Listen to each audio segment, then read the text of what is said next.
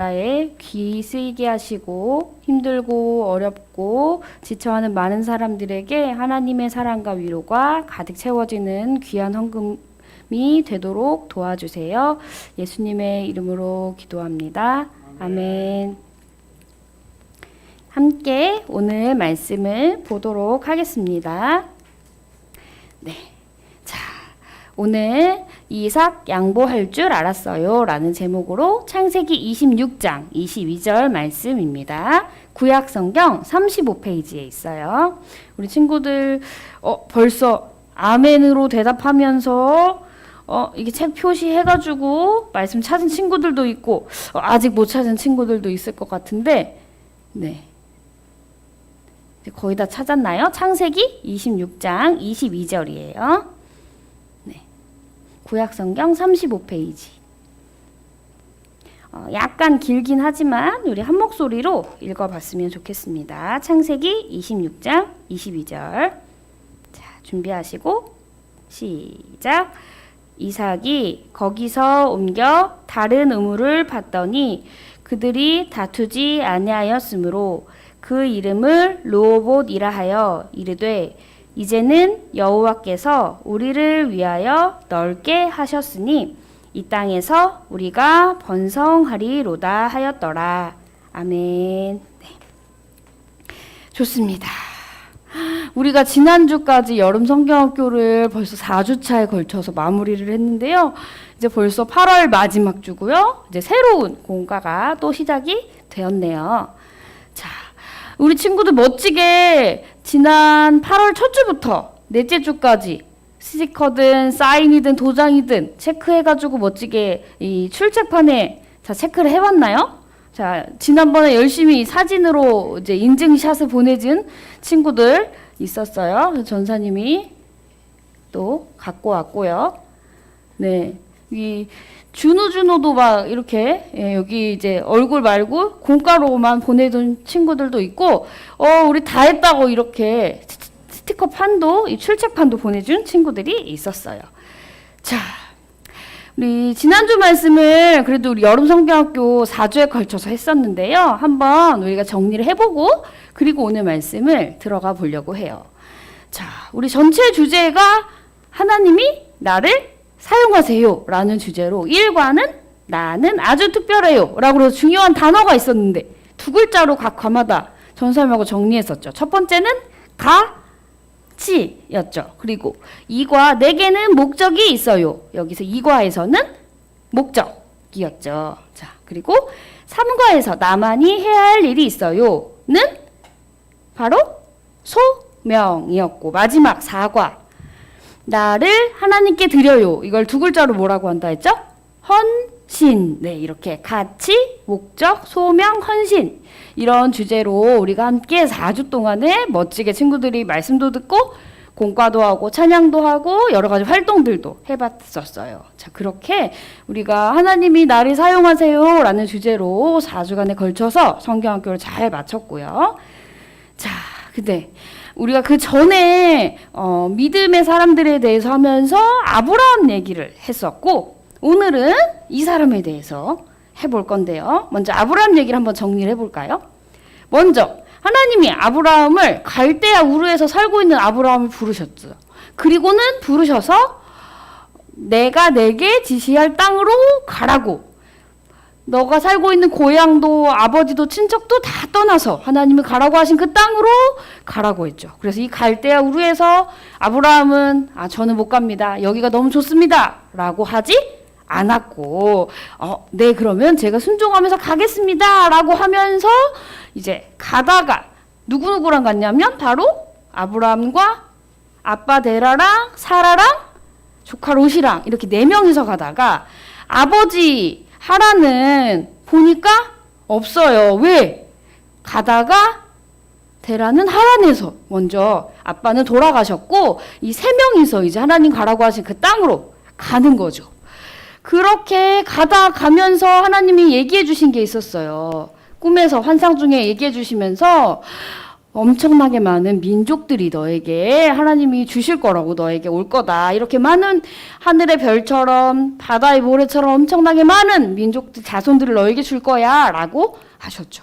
그런데 99세가 될 때까지 자녀가 없었어요. 물론 이제 말씀에 나오는 이스마엘 빼고 하나님이 정말 너가 너의 씨를 통해서 너 사라를 통해 아내 사라를 통해서 자녀를 줄 거야라고 하셨던 그 약속을 실제로 선물로 주셨죠. 그래서 바로 태어난 아들이 바로 오늘 말할 이삭이에요. 그 이삭이 태어난 것까지 지난번에 우리가 얘기를 했었는데 이제 그 뒤에 얘기, 이삭이 자라서 어떤 일이 있었는지 그 뒤의 이야기를 우리가 함께 해보도록 할게요. 자, 그렇다면 이제 이삭이 사는 그 곳을 우리가 좀 알아야 되는데요. 우리나라는 지금 물론 시골도 있지만 우리 친구들이 사는 대부분의 이 서울, 이 마포구 요 동네에 많이 살죠. 물론 주변에도 살겠지만 여기는 보통은 이렇게 시멘트 바닥에 아스팔트가 깔려 있고 자동차가 지나가고 공사할 때 보면 땅을 팔 때 막 사람들이 파기도 하지만 어떤 걸로 파죠? 포크레인 같은 거 막 굴삭기 같은 그런 기계들로 땅을 막 엄청나게 많이 파가지고 막 지하 주차장도 만들고 아파트도 만들고 막 이렇게 하잖아요. 그런데 여기를 보니까 우리나라처럼 이런 도시가 아니고 또 이삭이 살았던 그 당시에는 그렇게 잘 꾸며지거나 건설되어진 그런 곳이 아니죠. 그런데 이곳에는 또 물도 많지가 않아요. 그런데 사람들이 살고 가축들이 살고 이런 농작물이 있으려면 어떻게 될까요? 물이 많아야 되는 거예요. 그래서 어떻게 했냐면 그 사람들은 이 땅을 수직으로 계속 아래로 쭉쭉쭉쭉 파가지고 지하수가 나올 거 아니에요? 이제 그걸 찾아서 우물을 만들어서 그 우물에서 나오는 물을 가지고 가축도 기르고 사람들도 먹고 농작물도 기르면서 이렇게 살았단 말이에요. 그러면 우리처럼 수도꼭지만 열면은 물이 콸콸콸 나오지 않았기 때문에 물이 엄청나게 귀했겠죠. 그러면 이 우물도 당연히 귀했을 거예요. 그래서 서로 우물이 힘들게 사람들이 이렇게 직접 파가지고 우물을 만드는 거예요. 그래서 우물이 귀했기 때문에 이 우물을 서로 차지하려고 싸우기도 하고 너 절로 가라고 내 우물이라고 하기도 하고 이렇게 우물이 되게 귀한 역할을 많이 했었어요. 이제 그런 가운데서 하나님이 이삭에게 복을 주셔가지고 이 그랄 땅에서 100배나 많은 결실들을 맺고 부자가 되었고 그리고 우물도 당연히 있었어요. 가축들도 있었고 사람들도 많았어요. 그렇게 하나님이 이삭에게 복을 주셔서 부자로 살게 되었는데 이런 모습을 본 블레셋 사람들이 너무나 미운 거예요. 그래서 어떻게 했냐면 이삭이 원래 갖고 있는 우물 여기를 이렇게 돌로 다 막아버리고 너 여기서 떠나라. 아니 너가 뭔데 이렇게 넌 부자로 사는 거야? 마음이 안 좋았나 봐요. 그래서 우물로 막아버리고 너 이 그랄 지역에서 떠나버려 라고 한 거죠. 우리 친구들 만약에 내가 살고 있는 집에서 떠나고 내가 판 우물을 이렇게 사람들이 막는다고 하면은 네 감사합니다. 저는 또 다른 곳에서 우물을 파겠습니다 라고 하고선 그냥 이렇게 가겠어요? 아니면 막 싸우겠어요? 어떻게 할 것 같아요? 전도사님도 마음이 곤란하지만 마음이 힘들고 싸우고 싶은 마음이 들고 여기는 내 땅이라고 내가 판 우물이라고 할 수 있었을 것 같아요. 그런데 이삭은 하나님이 지금까지도 인도하셨고 앞으로도 인도하실 것을 믿고 싸우지 않고 양보하고 다른 곳으로 갔어요. 그래서 골짜기로 쫓겨났죠. 그렇게 근데 그 골짜기에 가서 이렇게 땅을 팠더니 또 우물에서 물이 나온 거예요. 그래서 이제는 우리가 이제 안정되게 살 수 있겠다 생각했는데 웬걸 그럴 골짜기에서 있는 목자들 가축을 키우는 목자들이 또 여기 우물 안 된다. 우리가 가축 키우려고 우물 해야 되니까 우물 써야 되니까 너 또 가라 라고 또 한 거죠. 한 번도 아니고 지금 두 번이나 또 이런 일이 일어났는데 이런 가운데서 또 양보할 수 있나요? 이삭은 이런 가운데서도 또 양보한 거죠. 그래서 그래요. 그러면 우리 가축 키우는 목자님들이 여기에 계세요. 제가 또 우물을 새로 파면 되죠. 라고 하고 또 양보를 한 거예요. 자, 그리고 나서 또 다른 곳에 가서 그랄 골짜기 또 다른 곳으로 갔겠죠. 그곳에서 또 땅을 열심히 팠는데 파는 곳곳마다 우물에서 물이 생겨서 우물이 또 생긴 거죠. 그래서 결국은 하나님이 이 우물이 생기고 물이 샘솟게 하신 하나님께 감사하면서 그곳을 이렇게 불렀어요. 르호봇이라고 했어요. 한번 같이 읽어볼까요? 시작. 하나님이 우리를 넓게 하셨으니 우리가 번성하리라 라고 말하면서 하나님 제가 2군데 3군데 이렇게 양보를 하고 싸우지 않고 우물을 내어 주었는데 우리에게 이렇게 우물을 주시고 정착할 땅을 주셔서 감사합니다 라고 하면서 르호봇이란 말을 하고 또 그곳에서 하나님께 감사의 예배를 드렸어요. 네. 그리고 나서 실제로 어떤 일이 생겼냐면 아까 화냈던 블레셋 사람들이 쫓아냈잖아요. 너 왜 부자고 왜 우물에서 그렇게 혼자 행복하고 즐겁게 사느냐라고 쫓아냈던 이 블레셋 사람들이 오히려 반대로 찾아와가지고 우리 친하게 지내자라고 평화협정이라고 해서 서로 친하게 지내자고 먼저 약속을 걸어오는 일이 생겼어요. 이 이삭의 온유함, 부드러운 마음을 보고 사람들이 양보한 그 마음을 귀하게 여겼겠죠. 그리고는 오히려 먼저 친하게 지내자고 이렇게 먼저 얘기하는 일들이 오늘 말씀에 보니까 생기게 되었어요. 자, 이렇게 하나님 닮은 거룩한 사람은 한번 우리 요 아래부터 읽어볼까요? 시작. 온유함으로 양보할 줄 아는 사람이에요. 네, 그런 사람이었던 거죠. 그래서 오늘 이삭이 파는 곳곳마다 우물이 나오고 양보했을 때 먼저 우리 친하게 지내자라고 하는 이런 일들이 오늘 이삭의 이야기를 통해서 나오게 되었어요. 자, 우리 한번 정리를 해볼 건데요. 첫 번째, 우리가 기억해야 될 것 한번 읽어봅시다. 다 같이 우리 첫 번째 대지를 같이 친구들 읽어봐요. 시작. 우리의 삶을 인도하시는 하나님이 계심을 기억하고 믿어요. 괄호 안에 믿음. 네, 한 단어로 정리하면 바로 믿음이에요. 여기서 우리의 삶을 인도하시는 하나님이 오늘 누구의 삶도 인도하셨죠? 이삭의 삶도 인도하셨죠. 그래서 우물이 파는 곳곳마다 땅을 파는 곳곳마다 우물이 나왔어요. 친구들 그렇게 우물이 쉽게 나오는 게 아니고 땅이 판다고 해서 무조건 물이 나오는 것도 아니에요. 그런데 양보하고 싸우지 않고 사람들에게 좋은 것들을 내어주었을 때 인도하시는 하나님께서 이삭이 파는 곳곳마다 우물이 나오게 하셨고 이런 놀라운 일들이 생겼죠. 누구를 믿었기 때문에 가능한 일이냐면 바로 나를 인도하시는, 우리를 인도하시는 하나님을 믿었기 때문에 가능한 일이었어요. 우리를 이렇게 인도하시는 하나님은 우리 친구들이 잊지 않았으면 좋겠습니다. 두 번째 함께 읽어봅시다. 시작. 우리에게 주신 것에 감사하는 사람이 되어요. 한 글자로 말하면 감사해요. 오늘 보면요, 이삭이 솔직히 감사할 수 있는 게 많았나요? 아까 말씀 이야기를 한번 생각해 보세요. 내가 그랄 땅에서 하나님이 복을 주셔서 부자가 되었는데요. 그때는 감사할 수 있어요. 그런데 그 뒤에 보세요. 아까 우물 판 거 사람들이 막 돌로 메꿔버리고 골짜기로 또 쫓겨나가지고 거기서 우물 팠는데 또 사람들이 가축을 키우는 목자들이 안 된다고 하고 그래서 또 도망가고 어떻게 보면은 양보만 했고요. 감사할 수 있는 일이 많지 않았어요. 그리고 우리의 삶에도 이렇게 감사한 일이 생길 때도 있지만 지금처럼 이렇게 어려운 상황에 감사할 수 있는 상황이 많지 않을 수가 있어요. 오히려 감사하는 것보다 힘들고 어려운 일이 더 많이 생길 때도 많아요. 그런데 그럴 때마다 우리가 우리의 환경만 바라보고 하나님께 불평하는 것이 아니라 그럼에도 불구하고 우리를 인도하고 계시고 우리 함께 하실 그 하나님을 생각하면서 주어진 것에서 나에게 주어진 것에서 만족하면서 감사할 수 있는 친구들이 됐으면 좋겠어요.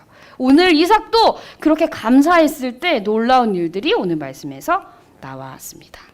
마지막 세 번째예요. 오늘 제일 중요한 문장이에요. 한번 읽어봅시다. 다 같이 시작. 온유함으로 양보하는 사람이 되어요. 중요한 단어는 바로 온유예요. 맞아요. 양보도 중요한데 친구들 양보는 알죠? 내가 할 게가 아니고 네가 먼저 해. 친구가 먼저 해. 엄마 아빠가 먼저 하세요. 이렇게 양보하는 건 알죠? 근데 온유가 뭐예요? 여기서 중요한 거는 양보를 하려면 이 온유가 있어야 돼요. 양보도 중요한데 양보를 하는 것 자체가 참 중요한 일인데 그보다 더 중요한 건 바로 온유예요. 그럼 온유가 뭔가요? 그러니까 전사님이 살짝 간단하게 설명해 줬었는데 보면 성격과 태도가 온화하고 부드러움이란 뜻으로 표준 대국어 사전에 이렇게 나와 있거든요. 여기서 말하는 온유도 이런 부드러운 마음, 양보하는 마음, 사랑하는 마음을 우리가 각자 갖고 있는 게 아니라 누가 주셨을까요? 바로 이 온유한 마음을 하나님이 주신 거죠. 이삭도 우리와 똑같은 사람이에요. 죄가 있어요. 그쵸? 이삭도 오늘 말씀에는 양보를 했는데요. 다른 부분의 말씀에 보면은 아내를 막 이렇게 누이라고 속이기도 하고요. 죄가 많은 사람이에요. 우리와 다르지 않아요. 그런데 이 온유함을 누가 주셨을 것 같아요? 하나님이 주신 거죠. 이 우리를 인도하신다고 하는 그 믿음도 하나님이 주셨죠. 이 온유함을 주셨기 때문에 양보할 수 있었어요. 그래서 우리 친구들도 하나님 닮은 거룩한 사람이라고 한다면 어떻게 해야 되느냐? 먼저는 하나님을 믿어요.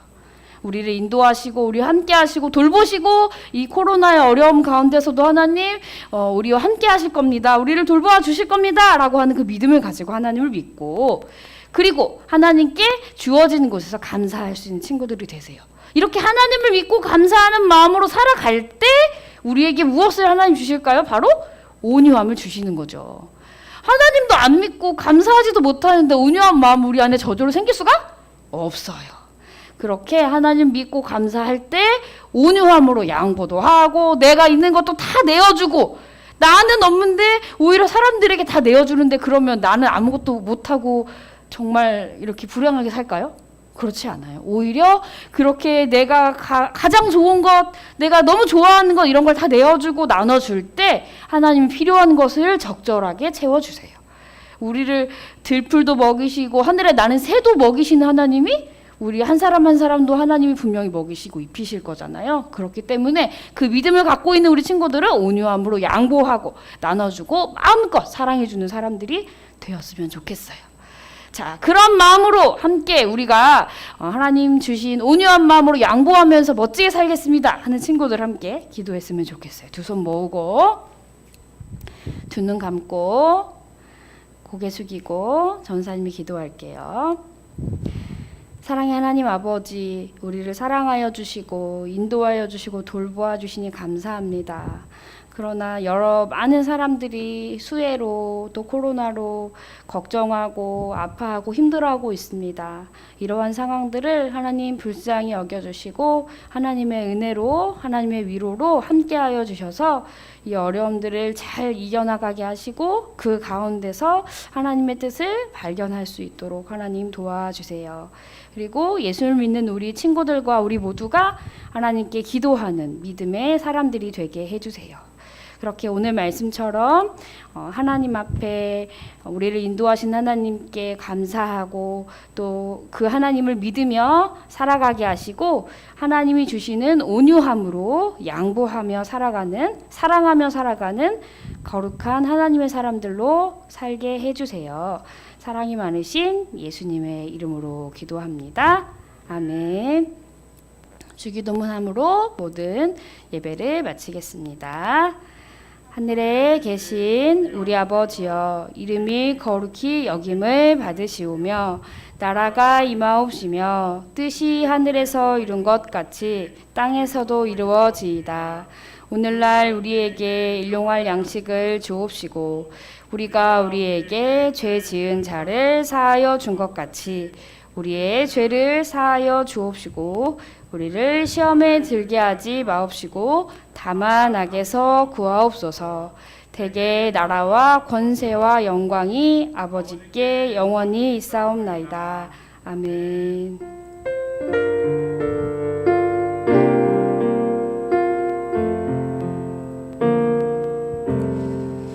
네, 이번 시간에는 우리 친구